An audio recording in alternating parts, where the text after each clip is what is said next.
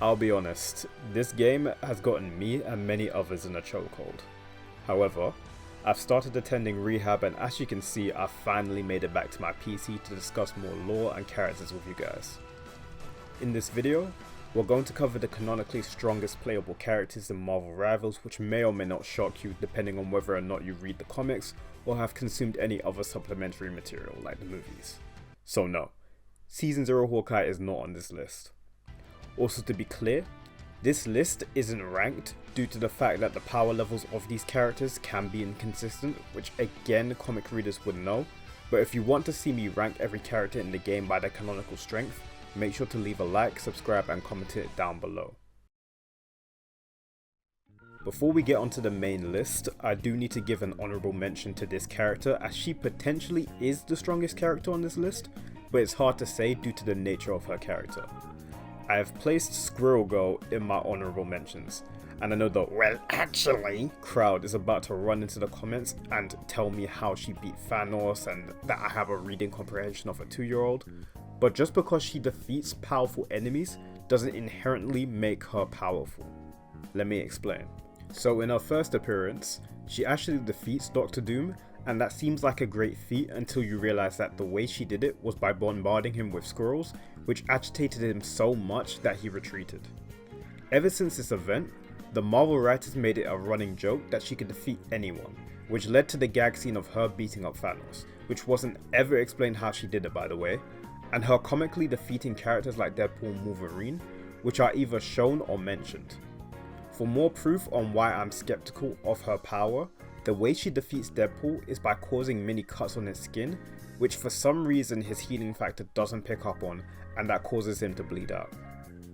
A lot of misconceptions surround this character because I think a lot of people like the idea of an inconspicuous character secretly being the strongest, but they haven't actually fully read the stories, which is understandable.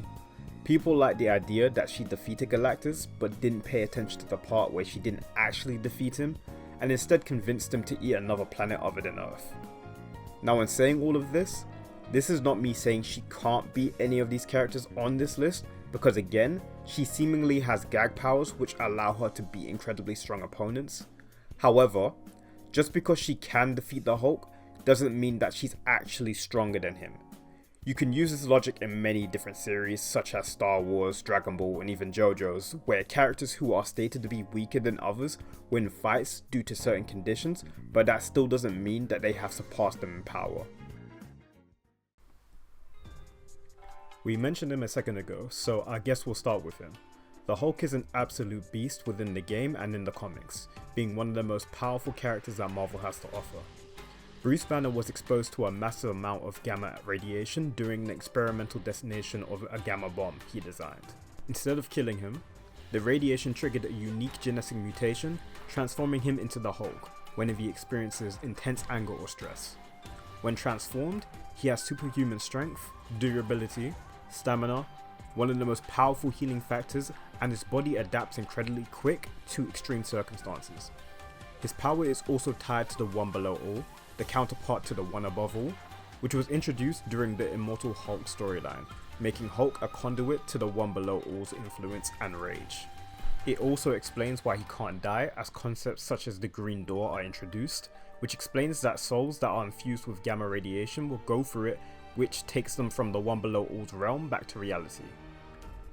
Arguably, the most famous presentation of the Hulk's strength was during the World War Hulk storyline, which occurred after the Planet Hulk storyline. Hulk goes on to fight a good chunk of Earth's heroes, including Doctor Strange, whose spoilers we'll get to in a sec, and he manages to defeat him. His final battle during the arc is against the Sentry, who, to make it simple, is like the Superman of Marvel, and this battle ends in a stalemate with the Hulk reverting back to Bruce Banner. Anyone who knows about the power of classic Doctor Strange is not at all surprised about the character being featured in this video. Doctor Strange is ridiculously powerful, especially if you aren't splitting up his capabilities by era. Now, to briefly explain what I mean by this, Doctor Strange is the only character on this list whose abilities were specifically nerfed in the comics due to the lack of boundaries that were present when he accomplished certain feats. Classic Doctor Strange, so prior to the 2010s, legit was only limited to what the writers wanted him to accomplish within a story, because at that time, magic had no limit. This enabled Doctor Strange to essentially have godlike power, as he was able to hang effortlessly with celestial characters such as the Beyonder, concepts of the universe such as the In-Betweener and the Living Tribunal, who is widely regarded as a top 3 strongest character within Marvel in general.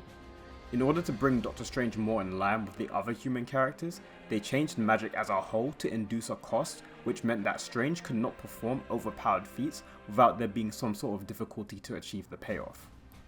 This resulted in the 2010s era onwards Doctor Strange being dubbed Modern Doctor Strange, and even with the nerfs to the whole magic system, he is still consistently an incredibly powerful character within Marvel.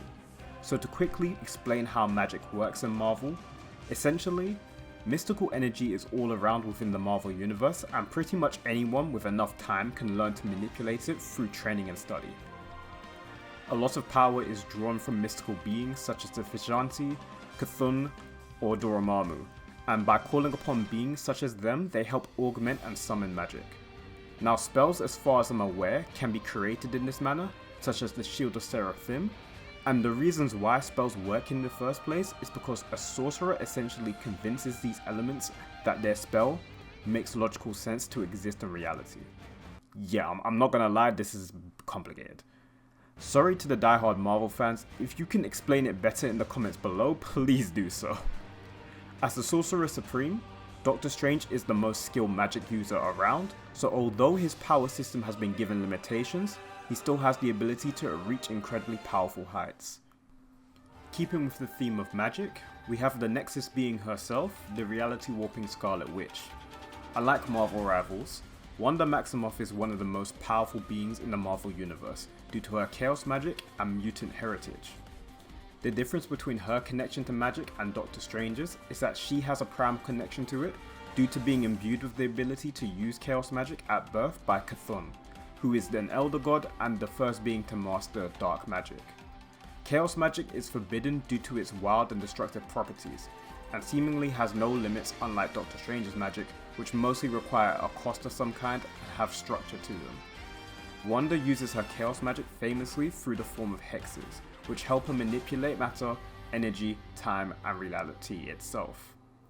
Her most famous story was from the House of M story, where she warped Earth 616 into the alternate reality of House of M, where mutants ruled over humans. The reason why this is such a crazy feat was because she completely altered billions of people's lives and altered history without most of the heroes on Earth and cosmic entities noticing. Yeah, she essentially used infinite Tsukuyomi. After Magneto, Wanda's father, finds out that her brother Quicksilver manipulated her to create the House of M reality, he kills him out of a fit of rage. Wanda witnesses this, resurrects Quicksilver, and due to being angry and distraught, she utters the words, "No more mutants," which wipes out the X gene in the majority of mutants, including Magneto and Professor X. From just hearing that, I think we can all agree that Scarlet Witch is a force to be reckoned with. Moving away from the sorcery side of Marvel, we move on to the realm of gods, with Thor, the god of thunder. Wielding his trusty companion Mjolnir, Thor is a force of nature who has been battle tested over centuries and over time has become more accustomed to his godly power. He has superhuman strength, speed, reflexes, the ability to control weather at a large scale, the ability to summon lightning anywhere in the universe due to its divine status, a crazy healing factor, functional immortality, and the Thor Force, which is one of the most powerful energy sources in Marvel. If you were expecting an underdog upbringing to coincide with this power, unfortunately you'd be wrong, as Thor famously is the son of Odin, and his mother is Gaia, who is a primordial elder god of Earth, which increases Thor's strength and connection to Earth. Thor's most famous story was when Thor completes the trials to gain ultimate wisdom and awakens as Rune King Thor. He does this in order to stop Ragnarok from destroying Asgard again, which leads to him killing the higher beings that feed on the energy of Ragnarok happening to Asgard. If he didn't do this, his people would have still been stuck in that endless cycle, and they wouldn't have free will as their fates would be orchestrated by those who sit above in shadow. With his Rune King abilities, he has full divine power, knowledge of reality, and his omniscience, which just by hearing that should already tell you that he is an extremely powerful cosmic being. Funnily enough, technically he could still call upon this power, as nothing past that story has contradicted that this had ever happened, but it is never mentioned again, likely due to the writers wanting to lower Thor's power level for more compelling stories. Sticking with the Asgardian gods, we have the goddess of death herself, which many people experienced during Season 0, Hela. As the ruler of Hell and Niflheim, Hela wields immense divine power, surpassing most gods in combat skill, necromancy, and control over souls. She possesses superhuman strength, speed, and reflexes, making her a deadly force even against the likes of Thor.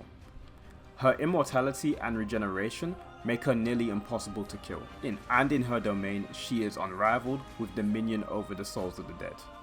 Her signature abilities include the Death Touch, which allows her to kill gods with a single touch, and her mastery over necromantic energy, which enables her to resurrect armies of undead warriors at will. Hela on multiple occasions has challenged Odin's rule, seeking to expand her domain beyond Hell.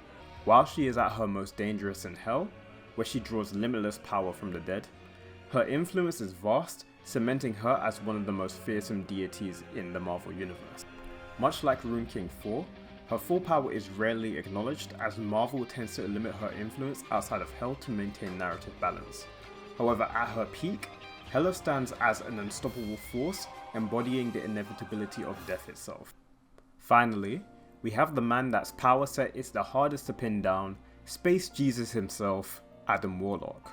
Created by a group of Earth's greatest minds, known as the Enclave, Warlock was designed to be the perfect human specimen, but he quickly transcended his creators, embracing a destiny among the stars. Over time, Warlock owned his abilities, evolving from a mere superhuman into a cosmic messiah. His strength, speed, durability, and energy manipulation rivaled that of the strongest cosmic beings, but his true power lies in his mastery of quantum magic, soul manipulation, and his deep connection to the universe itself. Wielding the Soul Gem, one of the most dangerous Infinity Stones, Warlock has absolute dominion over souls, allowing him to trap, absorb, and manipulate the very essence of living being. His most famous storyline sees him outsmarting both Thanos and the Cosmic Hierarchy, proving that his mind is just as formidable as his power. During Infinity Gauntlet, Warlock played a pivotal role in orchestrating the downfall of Thanos, later becoming the guardian of the Infinity Gems and existing as a cosmic protector of balance. Despite his immense power, Warlock's fate is one of endless struggle, constantly at odds with his dark future as the Magus, his own evil counterpart. Warlock's true potential is rarely explored, as his cosmic knowledge and soul-based powers would make him an overwhelming force in most narratives. However, when fully unleashed, he stands among the most dangerous and influential beings in the Marvel's cosmic pantheon. Okay, so that's the end of the video. Thank you guys very much for watching. One thing I do want to point out though, because I'm not going to act like I am, I'm not a Marvel Comics expert. You know, I've grown up with the comics, you know, for most of my life, you know, so I know these characters. I'm not going to act like though I'm an expert and I'm one of these guys that have been reading every single issue.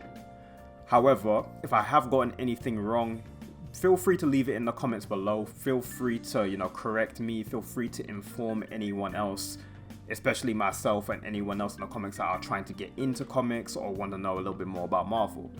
Now, if you're going to be ignorant about it, and you know what I'm saying, all I can say is I can be ignorant too. But I'm hoping we can keep this positive, especially because I do know there are a lot of people that want to share their thoughts and then want to share their knowledge on the comics. So again, thank you guys very much for watching. You guys are going to get a lot more videos from me as well. You know, obviously over January, I've been busy a lot with like just real life stuff, and you know, I've been playing a lot of Marvel Rivals, but we're going to get into that later on in the month. But as I said, for the final time, thank you guys very much for watching. Make sure to leave a like, comment, and subscribe, and I'll see you guys next time. Take care and have a lovely rest of your day.